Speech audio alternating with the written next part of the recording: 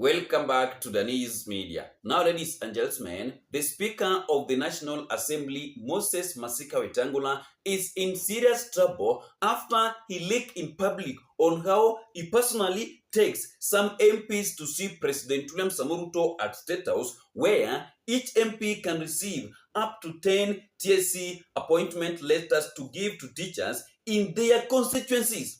He then alleged that some MPs instead sell those opportunities for as much as 400,000. Really?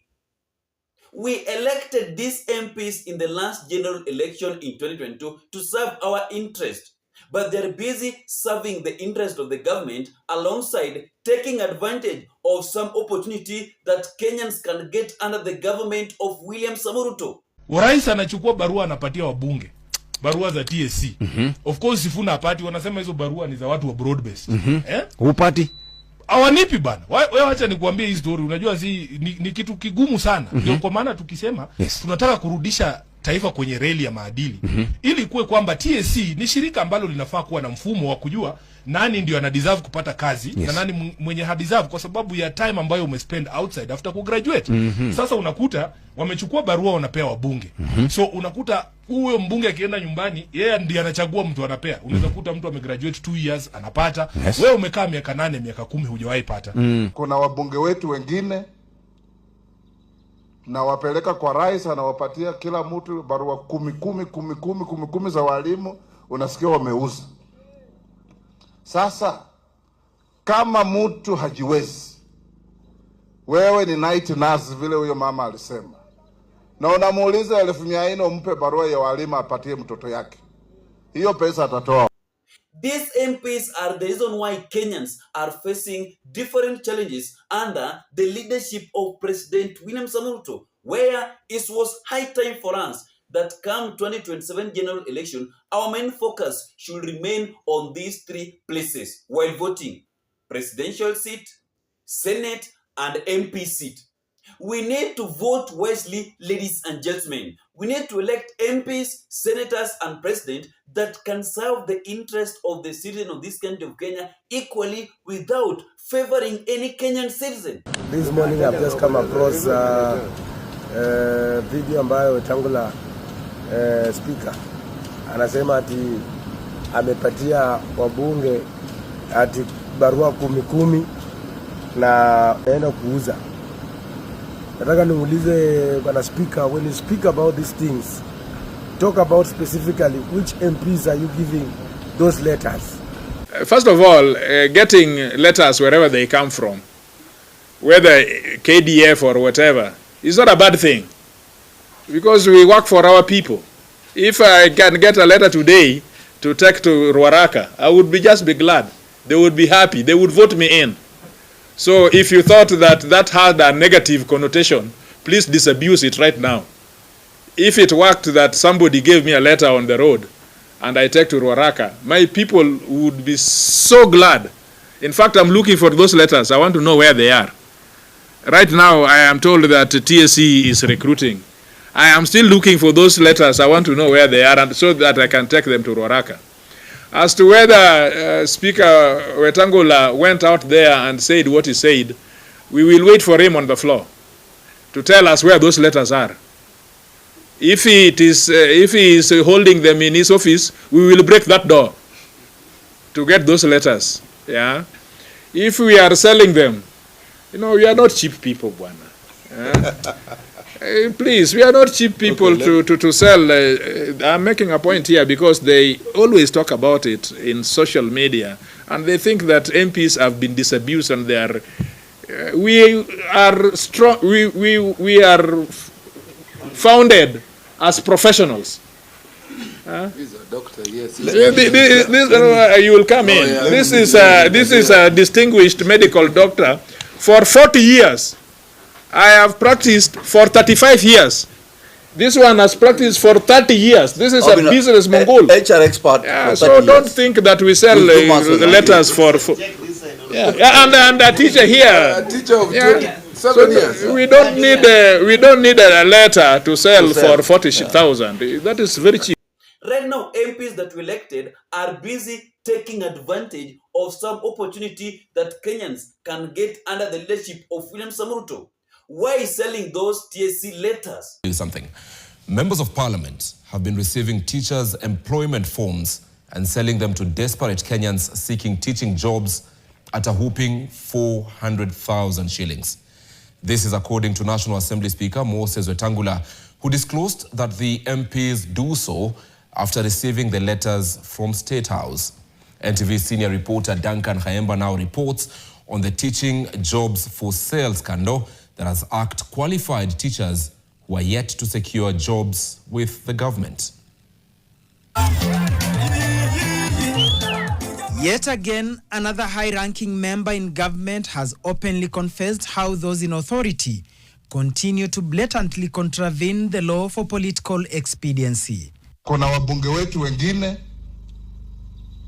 na wapeleka kwa rais, anawapatia kila mtu barua kumi za walimu, unasikia wameuza.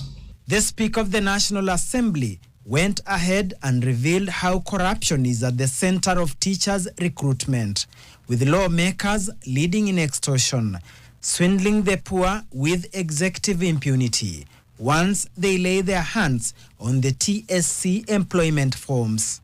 Sasa, kama mtu hajiwezi, wewe ni night nurse vile huyo mama alisema, na unamuuliza 400 umpe barua ya walimu apatie mtoto yake, hiyo pesa atatoa wapi?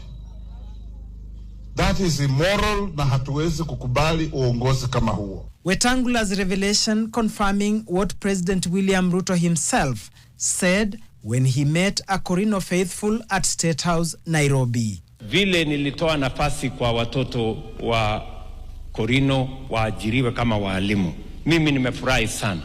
Ripoti nimepata ya kwamba walimu wa Korino ni sharp kama vile mmeona Esther hapa. Kwa hivyo, kwa sababu mfanya kazi mzuri, mimi nawaongezea tena leo watoto wenu wengine 50 mulete tuwaajiri kama walimu. Wewe Bwana Gadesha, pangana na hawa viongozi na mugawe vizuri. Wanne ambao walikuwa kazi wakatoka, rais ameniamrisha warudi kazi immediately. According to the law, the Teachers Service Commission TSC has the exclusive constitutional mandate under Article 37 of the Constitution to recruit, employ, assign, promote, and discipline all registered teachers in public schools.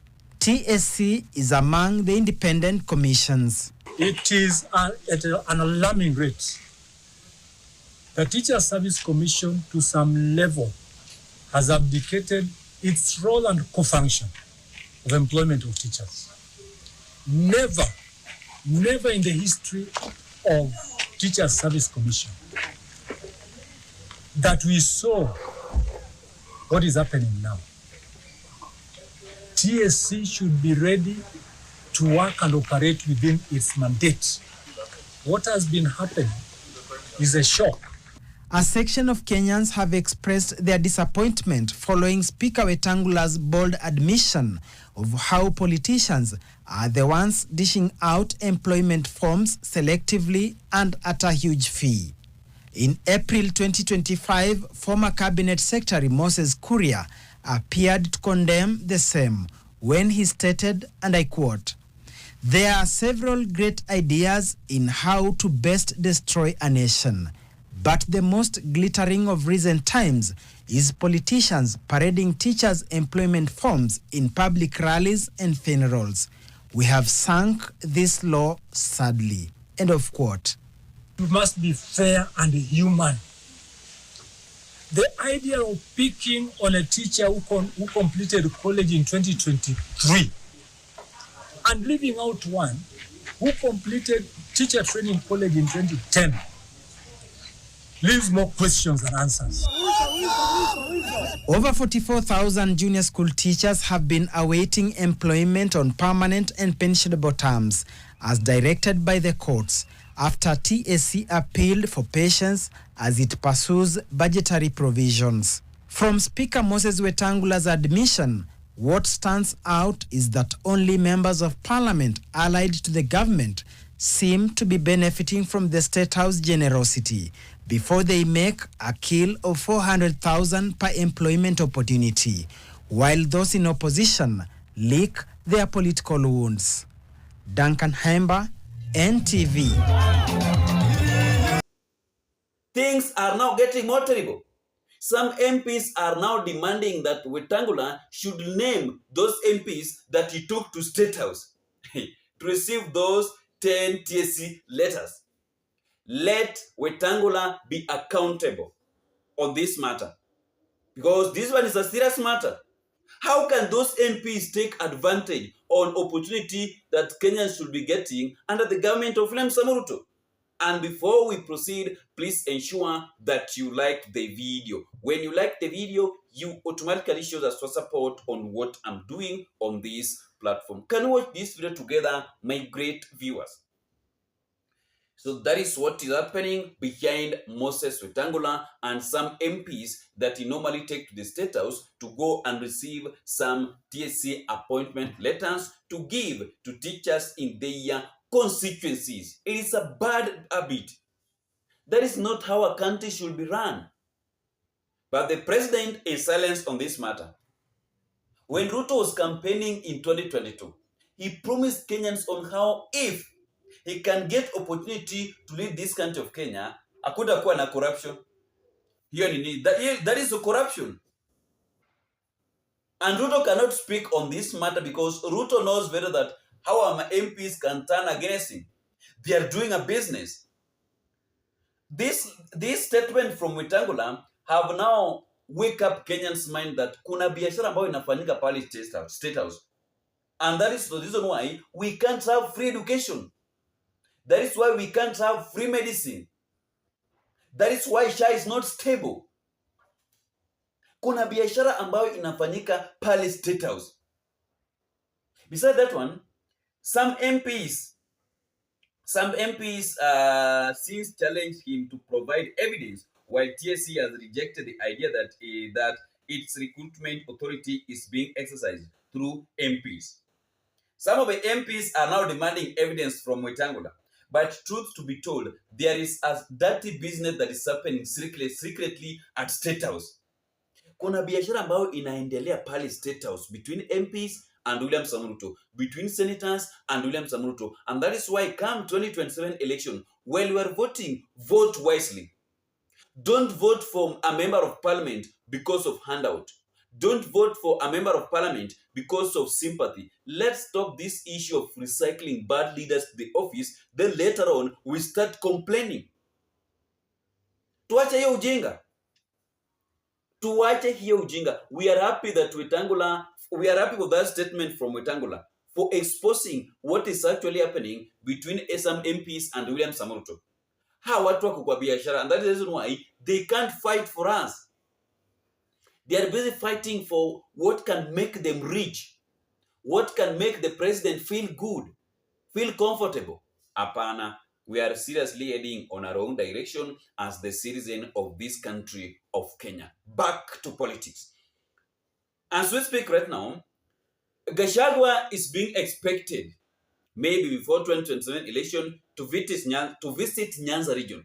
He didn't manage to attend the burial ceremony of the late ODM party leader Raila Amolo Odinga. So before he jet out of the country yesterday, he said that sometimes he will visit the grave of the late ODM party leader Raila Amolo Odinga. But after making that statement, some ODM leaders from Nyanza region have seriously exploded with anger. The point that we are making is that we don't want provocation. We don't want provocation, and we react very poorly to provocation. And if Honorable Gachagua, I think he has given up on Nyanza. He's not going to try us. But you don't provoke us, and then you say you are coming. And then after that, when we have reacted, you blame us. Because you would have to tell us why you shot at us. We have not forgotten. We have not forgotten the day you shot at us when Ruto left this country for you.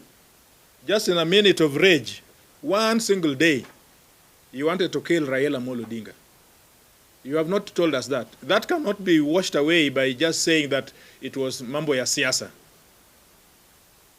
And don't think that shooting at us is better or is worse than you coming into Nyanza and getting the wrath of the people. So yes, come to Jaramogi. We have opened the doors. You come and mourn, but tell us also why you spoke those bad epithets when we were burying Raila Amolo Odinga. So don't come and provoke us if you are listening right now. But yes, the people of Nyanza will respond. Whether they respond in kind or in rage, they will respond one way or the other. We don't want to have populations being incited to violence, but you can incite us to violence by provoking us. As to other things that he said, he's not, I don't see sense so much that he's spewing out. He could not say them here in National Assembly and we serve them with him. So now he's in Omunyoro and he's all tough. He's saying everything about everybody. But if you think Nyanza people also command respect and the vote, talk to us responsibly. Some of us are living in Nairobi, and in Nairobi we are commanding 850,000 of the votes in Nairobi. And in Nairobi it doesn't matter whether you are Kikuyu or you are Luo or you are Kamba. Let him know that I am controlling Kikuyus in my constituency more than he can. And let him try to come to Ruaraka and talk to those Kikuyus. They will tell him that, boss, leave us alone. TJ, who is here, is more useful to us than you from Wamunyoro. And that is the fact. So if he wants to go the way he is, the other day he said that he has taken Nairobi, he has taken Nyanza, and he has taken everything. and so, ladies and gentlemen, let him know that we are people of cool minds, but we can react very badly when provoked. I want to remind him that Nyanza remains a pillar in the politics of this country.